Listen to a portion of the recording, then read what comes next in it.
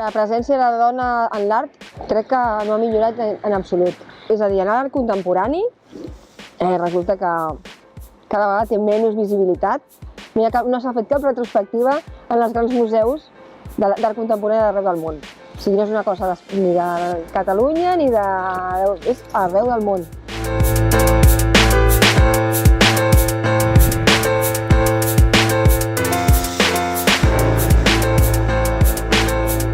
Com a dona que em dedico a l'art urbà, sí que hi ha dones que pintem i tal, però arribar a on tenen un espai els homes, les dones, els hi costa, és que no és ni un 1% pràcticament. Doncs bueno, l'única cosa que podem fer és seguir treballant. Que s'ha de culturalitzar la gent, s'ha d'educar a la societat. Amb la qual cosa, doncs, si comencem a fer ràtios a dintre de festivals o... perquè al final la societat som homes i dones.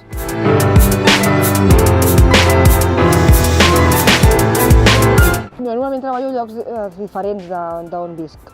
Vaig marxar a viure a Menorca fa ja uns anys i realment també m'anava bé separar-me una mica de la meva feina, que és una mica itinerant. Al principi treballava més els estats d'ànims, les emocions, ara no tant. Ara més amb el tema del...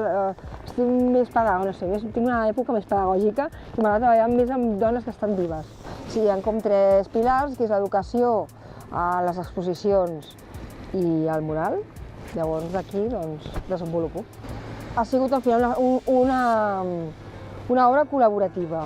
Ha sigut com una espècie de triangle, és a dir, que podríem dir el museu, jo i el públic. I bueno, doncs al final això és una persona que hi viu o que representa una mica els treballs de l'artesania de Sants. Al final el que té el mural és un lloc públic, és un espai públic i ho veu tothom, amb la qual cosa, doncs, bueno, és com...